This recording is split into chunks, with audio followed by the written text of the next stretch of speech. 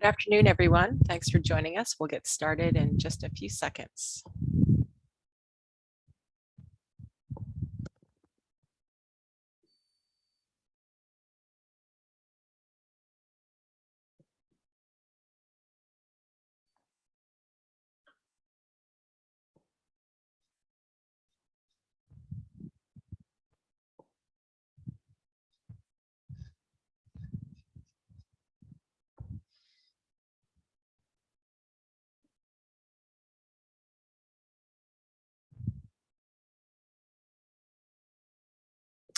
Good afternoon, everyone. Thanks so much for joining us today. I'm Meredith Hatfield from NECPUC, and I just want to say thanks for joining us. And I want to give a big thank you to Lisa Schwartz from the Berkeley Lab for all that she's done in putting these sessions together, and also to Tanya and Jessica from the NARUC team for all of your work in putting the whole series together, and also getting the word out about it. And I do also want to thank Lisa for the office hours opportunity that she is going to talk about that she put together for NECPUC agency folks. And with that, I'll turn it over to Tanya. Hi, everyone. Good afternoon, and welcome to our latest session in the NECPUC. We haven't had a number of sessions on distribution planning. I think this is the 5th. They have all been really insightful. My name is Tanya Paslowski. I am a senior fellow with the NARUC Center for Partnerships and Innovation. And this type of presentation is the kind of work that we do in the Center for Partnerships and Innovation, of really trying to connect resources like Lisa and her team with regulators that are of particular importance and interest. So we're glad to be part of this work. There are other resources like this available, including the presentation that is going to be used today on the website for the CPI, and Jessica will put that in the chat, and on many other things as well. So we'll make sure that you have the link to connect with those. The other thing I want to mention is we are going to have a survey link that will be dropped probably a couple times during the event today. We ask that you please take just a few minutes, I believe it's just 2 questions, to give us some feedback on the session so that we can continue to tailor the work to things that are most applicable to you or most of interest to you. And then I will end with the final, just a thanks to the Department of Energy for supporting our work and bringing this type of content to the regulators. So with that, I will turn it over to Lisa Schwartz to get us going. Thanks, Tanya. I'm Lisa Schwartz with Berkeley Lab. Thanks, everyone, for joining us today. The U.S. Department of Energy's Grid Modernization Laboratory Consortium funded this training for New England public utility commissions, and it's also open to commissions all over the country, and NARUC also made it open to the public as well. I want to thank our partners, NECPUC, the New England Conference of Public Utility Commissioners, NARUC, and our sister labs. We'll put a bunch of links in the chat box, including a link to today's presentation, a link to all of the recordings and slides for the training series. And also, we're offering New England Public Utility Commission's office hours with all of the experts in this series. It's something new starting next week. So if you're a New England Public Utility Commission and you would like to talk to our experts about a topic related to what they covered that's happening in your state, you can get some technical assistance for free. And Jessica will be putting a link, our email address is essentially in the chat box, so you can get in touch with any one of us to get a copy of that flyer if you don't have it already. We do have one more session planned after this one in the training series on how do you address electrification in distribution system planning. Stay tuned for that. We're going to have that sometime, we believe, in July. Today's training is state regulatory approaches for distribution planning. I'll be presenting along with Natalie Mims-Frick. I've been with Berkeley Lab now 8 years. I served on leadership. I'm a senior manager as well, and working at a bunch of different areas, like energy efficiency, demand response, electricity planning, and others. Before joining the lab, I was the director of the Oregon Department of Energy. I was at the Public Utility Commission for 7 years, leading work in electricity planning and renewable and distributed resources. And I also was at the Regulatory Assistance Project, providing assistance to commissions in the US. Natalie is a deputy leader and program manager at Berkeley Lab. She focuses on electricity planning, energy efficiency, demand flexibility, and technical assistance for states. And before joining the lab, she was a consultant. She served as an expert witness in demand-side management proceedings all over the country. She was efficiency director at the Southern Alliance for Clean Energy and a senior consultant at Rocky Mountains. I'll moderate Q&A following our presentation. So please put your questions for us anytime in the Q&A box. And let's get started. Next slide, please.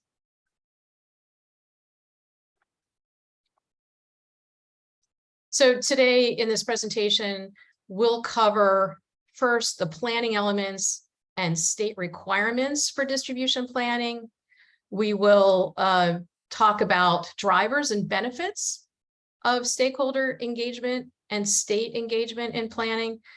And then we'll do a deep dive into the requirements and plan components. And then we'll talk about 3 key distribution planning issues: grid mod, distributed resources, and stakeholder engagement. And finally, I'm going to cover a few emerging issues: equity and justice, data requirements, and wildfire risk. We provide links throughout the slide so you can check out any of the citations, and there's also a list of resources at the end of the deck if you want to learn more. Next slide. So we're going to start with planning elements and state requirements. Next. So first, I want to just place distribution planning in the context of other utility planning processes. So distribution planning focuses on the needed physical and operational changes to the local grid for safe and reliable service. And typically it's an annual process with a 1 or 2 year planning horizon. And of course, utilities have been doing distribution planning since they started building electricity systems. The difference here is the rest of us get to see the plans and have an opportunity to comment and provide information and make the plans better. In addition to that short-term process, there's also a longer-term utility capital plan for the identified distribution solutions. And that's typically, it could be 5 years, it could be 10 years, and that's updated though every year or every few years. So next, there's integrated resource planning in states that aren't restructured, and that's all about identifying future investments for bulk power system needs. Utilities can consider multiple scenarios and loads for distributed distributed resource levels and all their impacts on the timing and need for utility resource investments or purchases. And finally, there's transmission planning, which identifies future expansion needs for the high voltage delivery system and options for meeting those needs. Next slide. So maybe the most important reason states are interested in improving transparency and engagement in distribution planning is the magnitude of distribution investments. For US investor-owned utilities in the US, they account for the largest portion of CapEx, 32%. In 2021, according to the Edison Electric Institute. That's over $46 billion. Next slide. So in addition to better oversight of these expenditures, improved distribution planning gives the Commission a holistic and longer-term picture of utility plans for distribution investments before they show up individually in rate cases or riders in some states. Improved planning processes provide opportunities for meaningful Commission and stakeholder engagement, and that can improve outcomes. And just like integrated resource planning that we've done for decades, distribution planning can consider uncertainty under a range of possible futures, especially loads, and consider all solutions to achieve the desired system at least cost, considering risk. And finally, improving planning processes can enable utility customers and third parties to propose grid solutions and perhaps further motivate utilities to choose solutions that are least cost and least risk. Next slide. So the table here is a snapshot of in time. These examples don't include every state that's taking action, or every action each state that I've listed here is taking. Since I started putting this table together in 2017, I've had a lot more dots. Nearly half of US states now require utilities to file distribution plans or grid mod plans, or both, and sometimes in conjunction. And distribution plans may be incorporated in integrated resource plans or in integrated grid plans. Several states are where we have utilities that are filing grid mod plans on their own motion, and they're requesting commission review in advance of spending money on large investments. A growing number of states have specific requirements for analysis of distributed resources, things like hosting capacity and non-wireless alternatives analysis that we'll talk about more in this presentation. And some states provide explicit guidance on how to do benefit cost analysis for distributed resources for planning. Utilities might even be required to file handbooks, and that's all about providing transparency on methods for calculating benefits and costs. And these frameworks are not new. They're rooted in cost effectiveness tests we've used for decades for demand side management programs based on avoided costs. And even in those states that don't have any requirements for utilities to file distribution plans, many do require utilities to report regularly on poor performing circuits and plans for improvement. This table also shows some other related requirements for storage targets and storm hardening. I'm just trying to give you a flavor of the variety of state requirements throughout the country. Next slide, please. So here I just provide links to the requirements I showed on the previous slide. So my view is states don't need to recreate the wheel. They can take advantage of lessons learned in other states and adapt requirements for their own circumstances. Next slide. So over the next few slides, I've synthesized the range of both procedural and substantive elements of distribution planning requirements that states are setting either by their legislature or commissions, or sometimes both. So let's start with procedural requirements. The first is frequency of filing. Typically, utilities must file a distribution plan every 1 or 2 years in those states that are requiring it. And some states allow more time. For example, Nevada requires utilities to file a distributed resources plan as part of the utility's integrated resource plan. So the frequency is 3 years. It's the same as the IRP. Another factor for frequency of filing is trying to align with the utility's capital planning process. And there's some other considerations that are really important, like workload. And this is workload for the commission and for utility and for stakeholders. You also want to have a filing frequency where you're tracking in progress on your goals. And I just want to say, while the timing of integrated resource filings may be a consideration, location-specific needs may change on a shorter time frame than bulk power system needs. So it might be that distribution plans should be filed more frequently than resource plans. Let's move on to the planning horizon. So this is how long you're planning for. Typically, the near-term action plan covers the first 2 to 5 years of the distribution plan. And then a long-range plan spans 5 to 10 years or longer. And some of the considerations here are just having a sufficient picture to understand the utility's planned investments over time. And Natalie will talk about stakeholder engagement later in this presentation, but it is a really important procedural element. Next slide. I'm going to move on to substantive elements. So state requirements may be quite extensive and explicit, including providing statistics on equipment and system components, both basic, like poles and wires, and advanced types of equipment and systems, as well as metrics like SAIDI, SAFI, and CAIDI, things that measure duration and frequency of customer interruptions, really important equipment ages and conditions, and historical spending. The utility also needs to describe their planning process, and importantly, that starts with load forecasting. Here we're focused on projected peak demand and risk analysis for overloads. Ideally, the utility applies scenarios to account for drivers of load changes.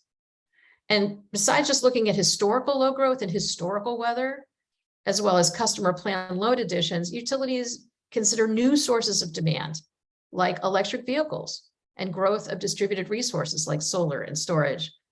Ultimately, the utility comes up with a list of distribution assets with projected overloads and determines the level of load at risk, and then develops a mitigation plan to address these concerns.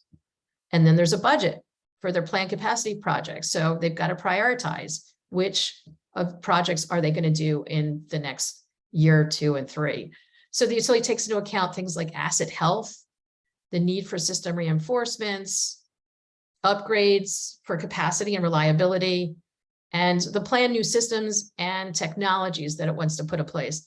And then the utility's got to apply criteria to prioritize projects to fit the budget. Ultimately, the projects are built, constructed and built. And then the plan, importantly, also includes information on distribution system operations.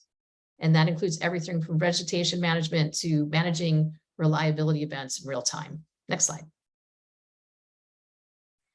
So distributed resources are a key driver for states directing utilities to file distribution plans for review. So forecasting the types, amounts, and locations of distributed resources is important. We'll talk about hosting capacity analysis and distribution plans shortly. And we'll also talk about non-wires alternatives. Next slide. Grid modernization also is a major driver for states adopting distribution planning requirements. So typically the utility details its long-term grid mod strategy in the plan and forecasts associated costs. And in some states, utilities may have the opportunity to request certification for major grid modernization investments. And then there's an action plan, which is a near-term roadmap for distribution capital investments and operational expenses for all the major technologies, systems, tools, and activities. And there may be a host of other requirements. For example, the commission may direct the utility to provide its long-term vision and objectives. So there's a way to sort of understand the whole long-term plan. Increasingly, utilities have to describe how they're coordinating distribution planning with integrated resource planning in states that are restructured.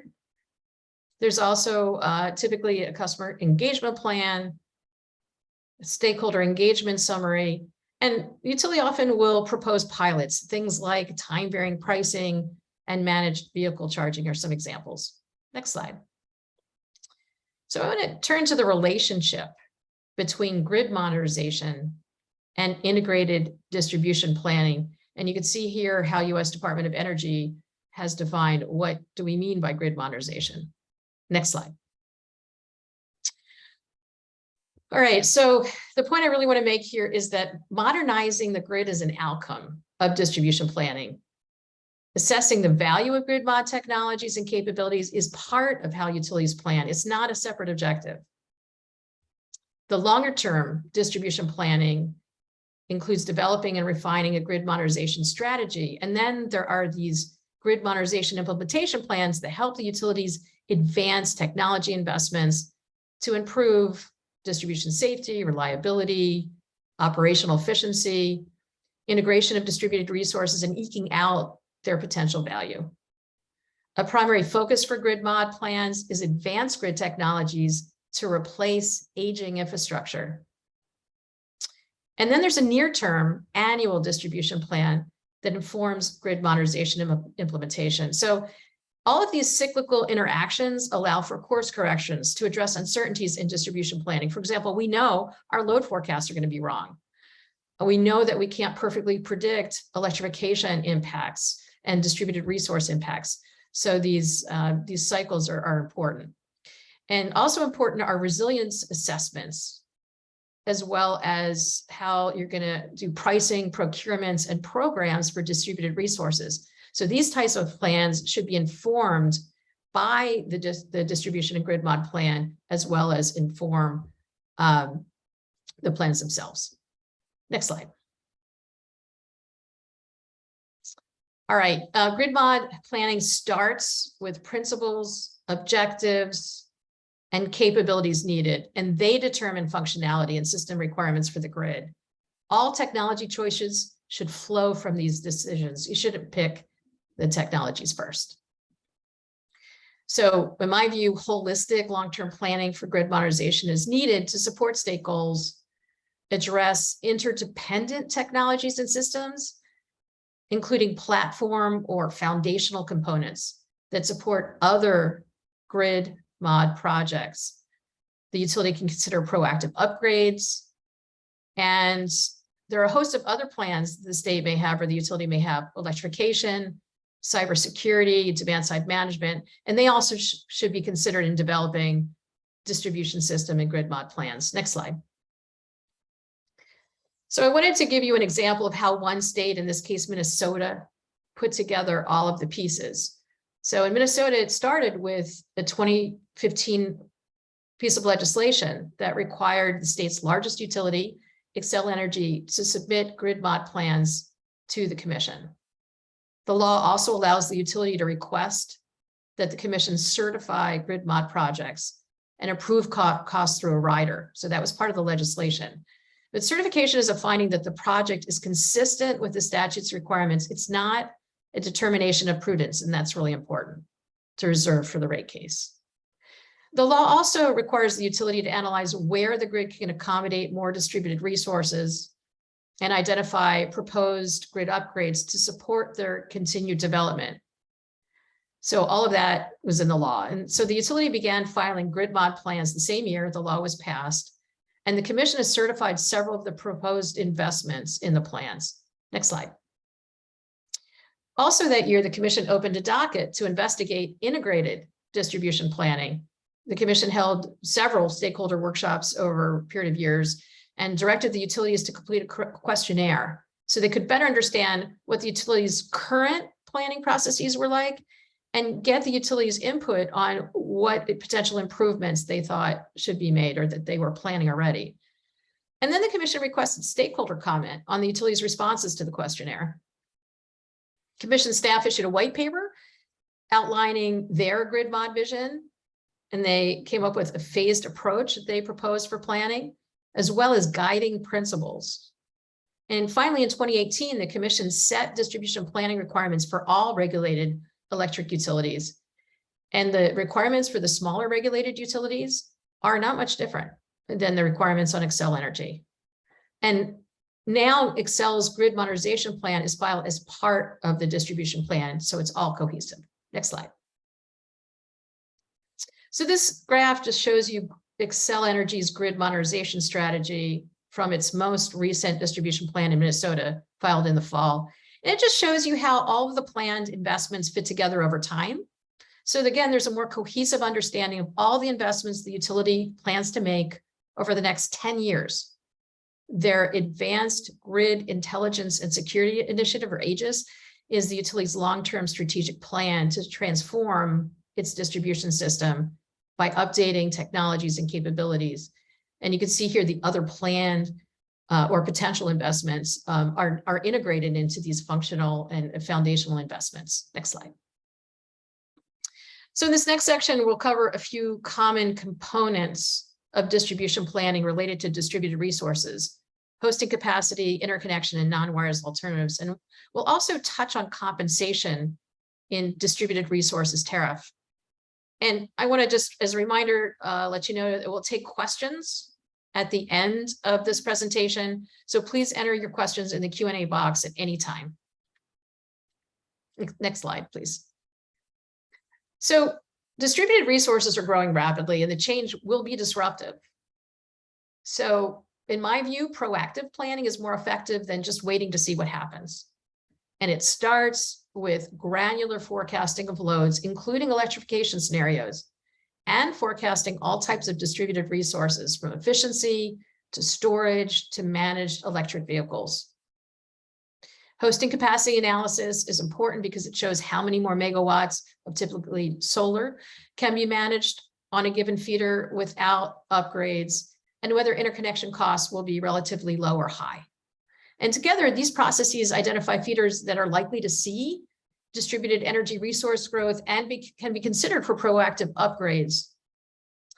Locational net benefits analysis is more systematic. It analyzes costs and benefits of distributed resources in the whole system to determine the net benefits they can provide for a particular area of the distribution system, but this is done throughout the utility service area.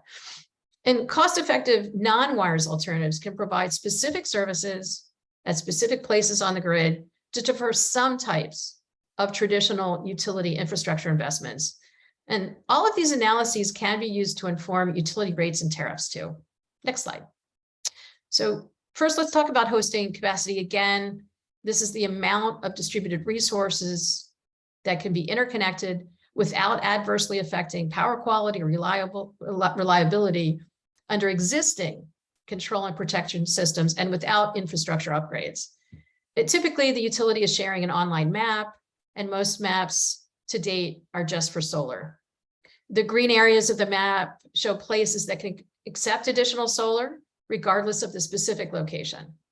And areas coded yellow can accept some additional solar, but it depends on the specific locations. And the red coded areas just can't accept any more solar without distribution system upgrades. And there are three main factors here, three main constraints, and they're thermal, voltage and power quality, and protection limits. Next slide. So there are three primary use cases today for hosting capacity analysis. And the one you're probably familiar with, it supports market-driven deployment of distributed resources just by identifying locations that will be easier and less costly to develop. But a second increasingly common use is to streamline the interconnection process by improving or automating parts of the technical screening process. And then there's a case that we're most interested in today, which is improving distribution planning, because hosting capacity can identify existing constraints on the distribution system and feeders that could be candidates for upgrades to increase the hosting capacity for new load or generation. And also, planned distribution upgrades by the utilities can be modeled to show how they might change hosting capacity in the future. Next slide. So I included a slide on California just for two reasons. First, the commission requires utilities to include load in the hosting capacity analysis. It's what they call integration capacity analysis.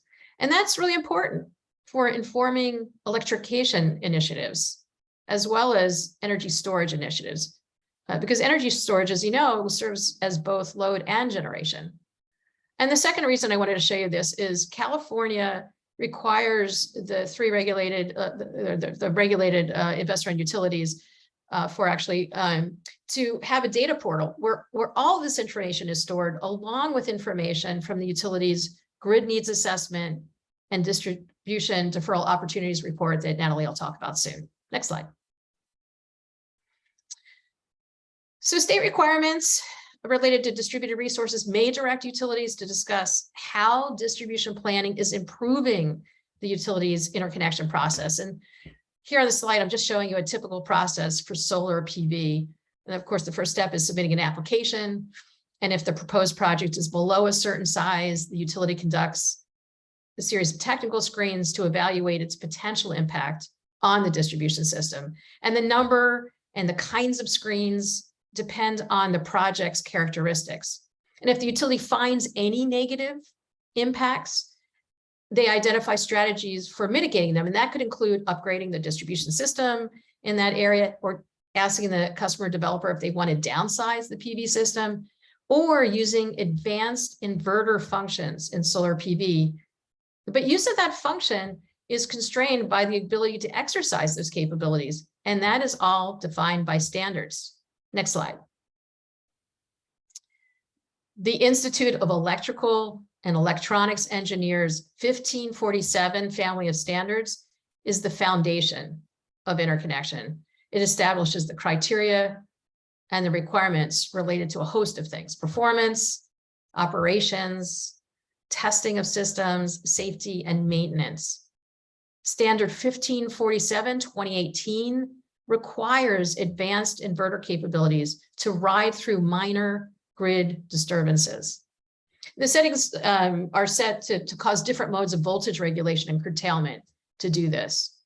And states are just beginning to adopt this standard, so you can see here on the map who's doing what. And just a reminder, again, we'll take questions at the end of this presentation, but please enter your questions in the Q&A box early so we make sure we can get to them. So I'm going to turn it over to Natalie here to talk about non-wires solutions and stakeholder engagement. Great, thanks, Lisa. Can you hear me okay? Yes. Perfect. So non-wires alternatives or non-wire solutions or NWAs are resource options for meeting distribution system needs that are related to load growth, reliability, and resilience. And they can be one DER like a battery, or they can be a portfolio of DERs like efficiency and demand response. NWAs are typically considered as part of a distribution system plan to meet an identified need, such as load relief, and they're evaluated to determine if the resources can be less expensive than a typical wired solutions. Cost savings can occur by deferring or avoiding infrastructure upgrades and by implementing flexible solutions incrementally to avoid a large upfront cost. 12 states require non-wires alternative consideration, and others have related proceedings, pilots, or studies. The map on the slide shows states that Lisa and I included as case studies in our report on the locational value of DERs, and there's a link there if you want to access that. If we can go on to the next slide, please. DERs can provide significant benefits to the grid by controlling or reducing electricity consumption or generating electricity. And the potential value of a DER at a specific location on the grid is determined by the capability of the resource and the potential costs it can avoid in the location, expressed over a specific period of time. Utilities can use systematic studies to determine the locational value of DERs and to target DER placement, to calibrate incentive levels, reduce load growth, and reduce the need for system upgrades. A locational net benefit analysis determines the value for a specific area of the distribution system, and some states are requiring them as part of their non-wires alternatives or distribution system plan requirements. The charts I have at the bottom of this slide show the peak capacity allocation factors for 2 different climate zones in California from California's avoided cost calculator. And the takeaway is that the likelihood of the distribution system peak occurs at different times of the day in different climate zones or different locations, and therefore has different values. We go on to the next slide, please. Most states use benefit cost analysis when they're considering their non-wires alternatives, although the metrics and the reporting used in the analysis differ quite a bit by state. The National Standard Practice Manual provides guidance for developing jurisdiction-specific approaches to benefit cost analysis of DERs. States have used the guidance to supplement or update or even replace their existing benefit cost analysis. The map on this slide indicates the most used benefit cost tests that states use to evaluate DERs. And then the table offers an overview of 4 cost benefit tests that are discussed in the National Standard Practice Manual. Next slide, please. My next group of slides are updates on non-wires alternatives in 3 different states. I'll talk about California, Minnesota, and New York. So this one's obviously California, who have been working on non-wires alternatives for several years. The first procurement strategy for non-wires alternatives is the Distribution Investment Deferral Framework, or DIDF. And that was approved in 2018 by the CPUC. And then in 2021, the CPUC approved 2 additional procurement pilots, the partnership pilot and standard offer contract. And I'll talk about those procurement strategies on the next few slides. So if we can go on to the next one.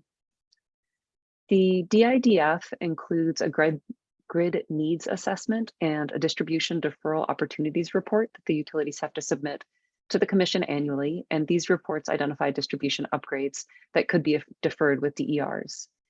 As of February last year, the CPUC's approved about 35 megawatts of battery contracts as part of the DIDF process.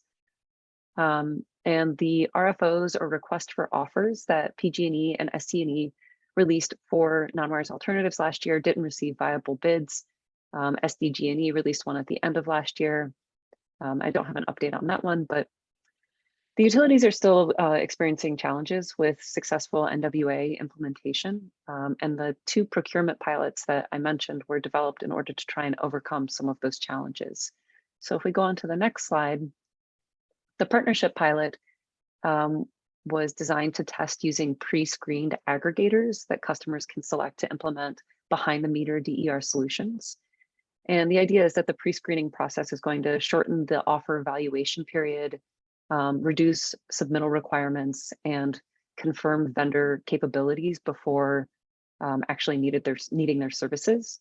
So the utilities pre-screen the aggregators to ensure that they've met certain financial viability criteria and performance criteria, and that they've demonstrated that they can reliably dispatch DERs. And the customers participate by engaging with the aggregator. The pilot's available on a first come, first served basis to aggregators that meet the dispatch requirements. And it's open until either the subscription window closes, which is basically the contingency period, and the utility has to build the wired solution, or aggregators bring forward projects that represent 120% of the capacity needed, and then the period closes. Once the utility receives 90% of the capacity needed, they have to contract with the aggregators. The total pilot budget is capped at 85% of the estimated traditional solution costs, so to ensure customer savings. And utilities have to identify 3 different projects through their DIDF to participate in this pilot each year. This table that's shown on the slide at the bottom is from Southern California Edison. It's for one of the projects for their 2022 year. It has information about the subscription period, the operating date, the deferral value, and the budget. So that's all provided upfront to the aggregators. And then the last 3 columns align with the payment streams, which is another unique component of this pilot. So the first payment's only for new resources, and it's an upfront deployment payment that's 20% of the total value. The second payment is 30%, and it's a periodic payment, maybe monthly or annually, for example. And then the third payment is the performance budget, and that's based on resources that are being dispatched. I have more information about how the projects are selected and the payment structure and the contracting structure and success criteria and performance measures in the extra slides if you want to learn more about that. Can we go on to the next slide, please? So the standard offer contract pilot tests decreasing transactional costs and risks that have challenged the success of the current non-wires alternative process. It's pretty similar to the current request for offer process or RFO process that's used by the utilities, but there's a few tweaks. It's focused on front of the meter resources is one of the major differences. The way it works is that participants use a standard offer contract to provide $1 per kW month bid for resources they can provide. The utility releases, similar to the partnership pilot, cost caps for the deferral projects in advance, and then the participants submit offers, the utilities review the offers, and can bundle them together to create a portfolio that meets their needs. Similar again to the partnership pilot, once 90% of the capacity is subscribed, the utilities have to contract with the providers. And then the table at the bottom of this slide is from SoCal Edison, and this just shows the one project that they're moving forward with, which they identified in their DIDF in their filing in 2021. So, and there's more information on this pilot in the extra slides as well. And if we could go on to the next slide, my second example is from Minnesota. The commission there requires Xcel to consider non-wires alternatives for projects that are over $2 million. They have to specify the type of distribution project they plan to construct over the horizon, for example, for load relief or reliability, as well as timelines and cost thresholds for the non-wire screening process. And so far, Xcel, which is the biggest utility, has filed 3 IDPs or integrated distribution plans. If we go on to the next slide, in their 2021 IDP, Xcel evaluated 14 distribution system projects for non-wires alternatives. And they focused on targeting demand response first in an effort to reduce load, and then adding storage and solar to make up the remainder of the deficiency. And as with their prior plans, the estimated cost of the non-wires alternatives were more expensive than the traditional projects, which is what you can see in the last 2 columns of this table on this slide. Next slide, please. But Xcel is looking at or will be implementing a new process moving forward, which they developed in advance or as part of stakeholder engagement for their 2021 IDP process. So Xcel requested stakeholder feedback on the quantifiable costs and benefits of non-wires alternatives. And then after taking into account stakeholder feedback, these were the revisions that they proposed for their future IDPs, which they will implement in their 2023 integrated distribution plan. So the graphic on the slide is a snapshot of that new process. The first few steps are the same. The utility identifies risks, determines what the traditional project would be, applies these screening filters, such as the $2 million cost one that I mentioned. And then it moves forward into this dotted box where there's a detailed study. And that's where the major updates to the process are. And it's mostly that there's additional costs and benefits that are going to be considered, which is what that small text in the upper right corner of the slide is.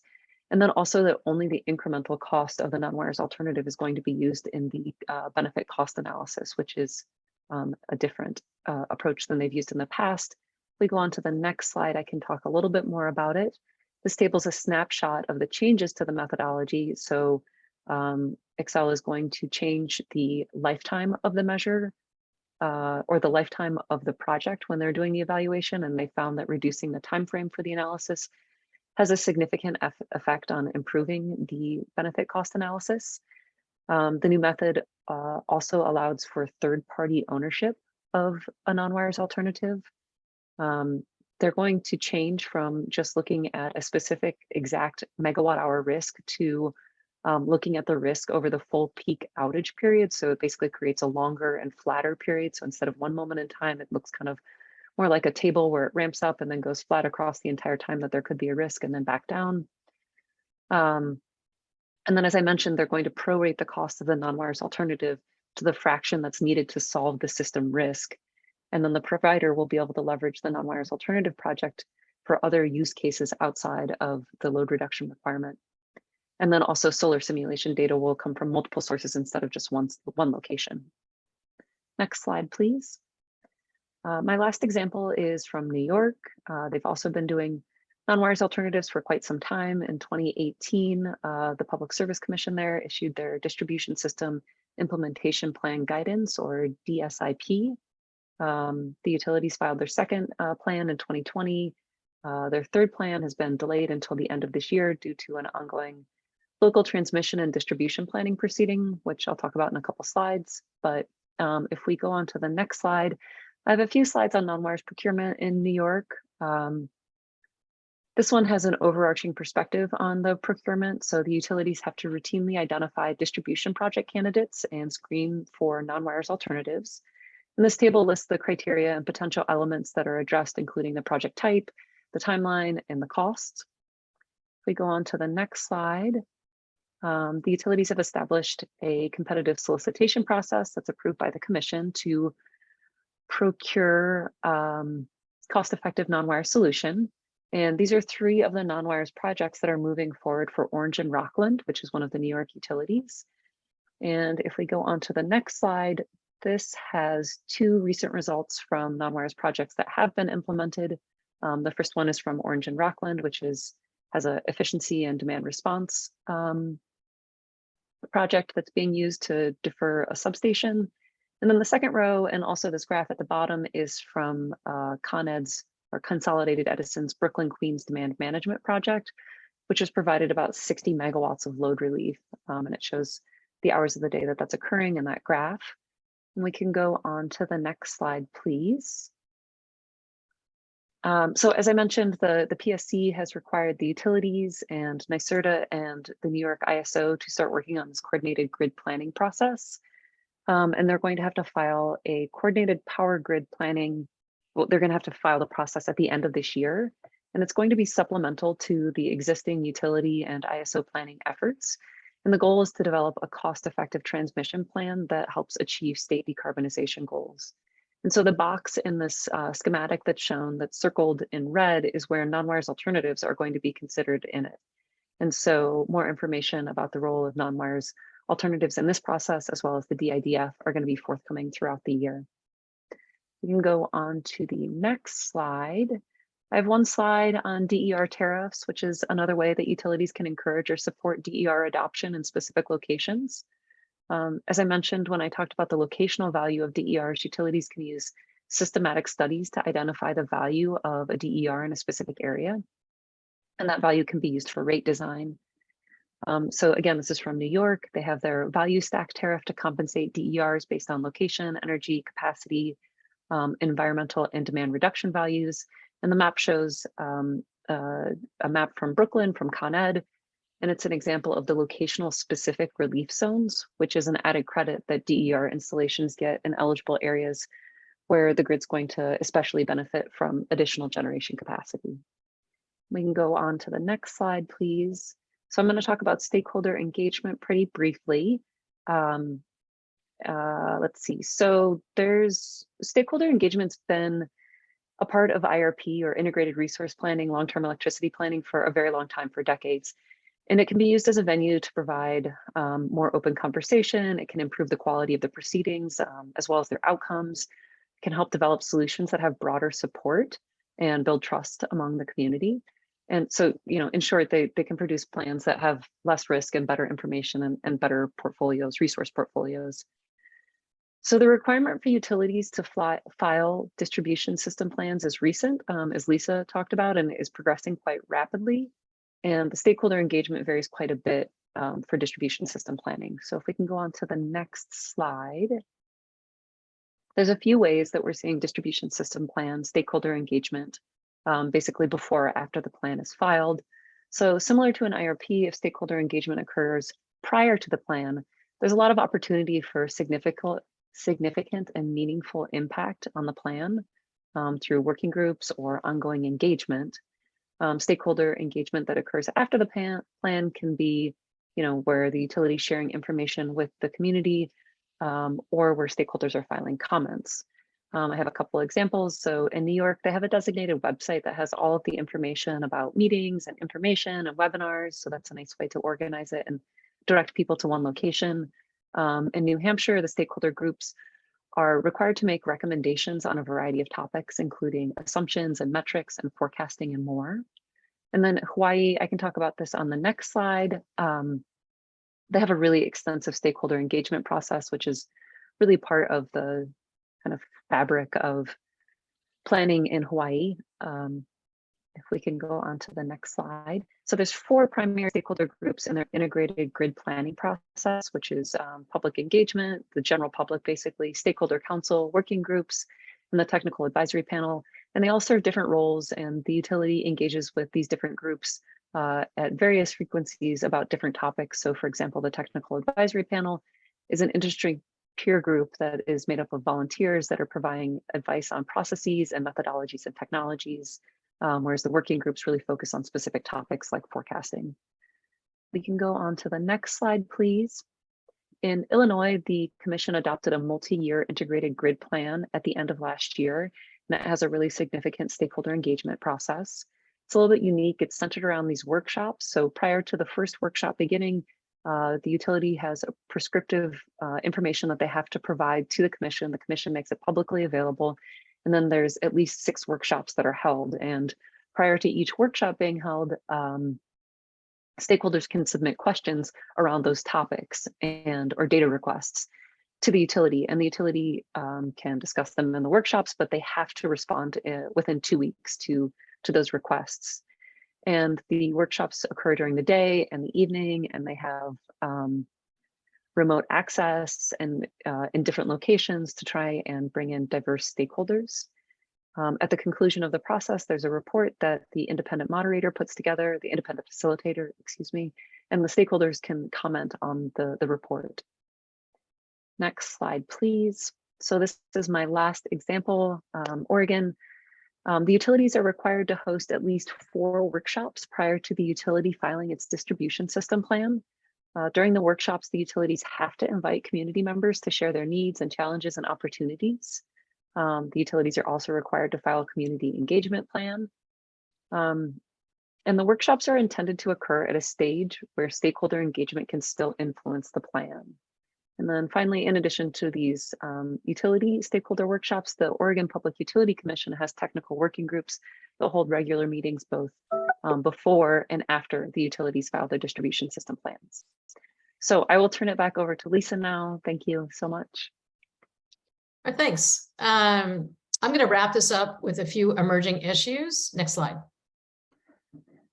First, many states are adopting energy equity and justice provisions, some of which apply generally, as including to utility regulation, and some are specifically directed at utility regulation. I recently published a report in our Future Electric Utility Regulation series on advancing equity in utility regulation if you want to learn more. Next slide. So here are a few examples focused on distribution planning, following up on Natalie's comments about Oregon. Utilities filed their initial distribution plans last fall, and they were required to consult with community-based organizations before filing the plan, and you need to develop a community engagement plan. Portland General Electric, for example, hired community-based organizations to recruit for and convene a series of community workshops and to develop educational materials to bring stakeholders up to speed. And they also conducted research for the utilities distribution plan. In the future, utilities need to actively collaborate with community-based and environmental justice organizations, so community needs inform utility distribution projects. It also importantly, legislation last year gave the Oregon Commission authority to award intervenor funding to environmental justice groups to participate in regulatory proceedings. In Minnesota, the commission required Xcel Energy to map reliability and service quality metrics, along with demographic data, to try to reveal any equity issues. And in Maine, a bill passed just last month on integrated grid planning requires utilities to assess environmental, equity, and environmental justice impacts of grid plans. Next slide. Washington's Clean Energy Transformation Act requires utilities to file what they're calling clean energy implementation plans. And they've got to ensure equitable distribution of energy and non-energy benefits of the transition to clean energy. And there are customer benefit indicators, some of which you can see here, to demonstrate the utility's progress toward meeting this requirement. Next slide. Another emerging issue is data access. Commissions are increasingly addressing this issue either in distribution planning proceedings or other proceedings. And the requirements fall into two types: customer usage data, where you're using interval data from advanced metering, and system level data. Next slide. So some states, just a couple here, New York and New Hampshire as examples, are requiring what they're calling data platforms. They're centralized online resources where energy data are aggregated, stored in a common format, and accessible to both customers and third parties. And states are establishing aggregation requirements to ensure privacy of customer data. I've included here on this slide New York's 1515 rule, and that means that data has to be aggregated for more than 15 customers, and no one customer can account for more than 15% of the aggregated data. Next slide. Just two more quick examples here. In Minnesota, the commission approved open access data standards proposed by the consumer advocate for sharing customer data with third parties. And in Ohio, the commission approved a multi-utility settlement that in part includes specific requirements for utilities to provide access to customer data. Next slide. So the last issue I'll mention is fire risk. And of course, you've heard about this in California and the Southwest, but the issue is now in my backyard in the Northwest. As a result of increasingly catastrophic wildfires, California utilities now issue wildfire mitigation plans and provides a host of information listed here, things like maps of the highest risk areas and how risks in these areas are assessed, circuits on the distribution system with public safety power shutoffs 3 or more times a year, and measures taken to reduce the number and impact of these events, targets for preventive strategies, and metrics to track progress. Next slide. Commissions and legislatures in the Northwest and Southwest also are taking action, and you can click on the links on this slide to learn more. Next slide. So we just wanted to include a few ways to get started with a distribution planning proceeding if you don't have one already and you're interested in getting started. And links here to lots of examples in other states. Next slide. We've included some questions commissions can ask their regulated utilities to get the ball rolling. Next slide. And finally, here are resources for more information. So I want to thank you for your attention. And now let's get to your questions. And you still have a little time to get your questions in the Q&A box, but I have got some right here that folks have already sent in. This is a question for you, Natalie. Are you aware of any criterion for how long a non-wires alternative should be able to defer a distribution system investment? Yeah, I saw that and I was thinking about it. I'm not aware of any specific criteria, but I think that as long as the deferral is cost effective and the utility has sufficient time to install it, then there may not be a need for a particular threshold. I think I know that in some states, they're just looking at the cost benefit analysis, which is where this would likely come up for deferring a investment for 1 year. I've seen several times, I know, for example, in Nevada, and then Minnesota is going to be reducing the amount of time that they're looking at. And I think that helps the cost effectiveness. But again, as long as there's enough time to build the resource, I don't think that it's required.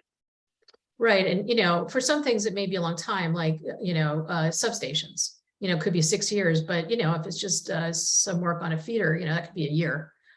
So there's a big span. Someone made a comment looking at the hosting capacity slides I had that perhaps, a really significant level of generation is going to in the future beyond the distribution system. And this commenter said, he's read up to, 30%. And that there may be big changes that are needed to the distribution grid to accept that much power generation. And basically just asking for my thoughts. And I agree that we're likely to have a significant level of solar and storage and demand response and other types, and manage EV charging on the grid. And so that's why I think proactive planning is just so very important instead of sort of waiting to see what happens. Another question, Natalie, this one I think is for you. It seems like New York, based on what you presented, is having relatively more success with cost-effective non-wires alternatives, perhaps than some other states. So one, how do they kind of compare to other states? And two, what kinds of improvements in utility non-wires alternative analysis could increase the numbers of non-wires alternatives we're seeing that are cost-effective? Yeah, that's a good question. So I think in terms of comparison, it seems like New York has more diverse resources that are being used in their non-wires alternatives, which is nice to see. It's not just batteries. They're looking at demand response and efficiency and a portfolio of resources, like the Brooklyn Queens demand management project that's been ongoing has both customer solutions and voltage solutions. So that's one thing that's notable. As I mentioned on the California slides, that's mostly batteries that they're implementing. In terms of what can improve the procurement, I think that that's really, as I talked about with the California examples, what some of the commission staff are really honing in on is trying to figure out how to reduce the amount of time between when aggregators or developers submit responses to requests for offers and when the project's actually implemented. So anything to cut down on that time between when you say you can do something and when it actually gets implemented, I think is going to be a significant help, because things change a lot in 6 to 12 to 18 months, as we all know now. Thanks so much, Natalie. I think we're at time. Look for an announcement about rescheduling of our training on how do you address electrification in distribution planning. It's such an important topic. And all links in the chat box, check them out. There's an evaluation survey that we ask. It takes like 2-3 minutes to fill out for this training. We'll also be sending you an evaluation by email, looking at the entire series when it's over sometime in July. So thanks again to NARUC, Natalie, New England Conference of Public Utility Commissioners, and all of you for joining us today. Thank you.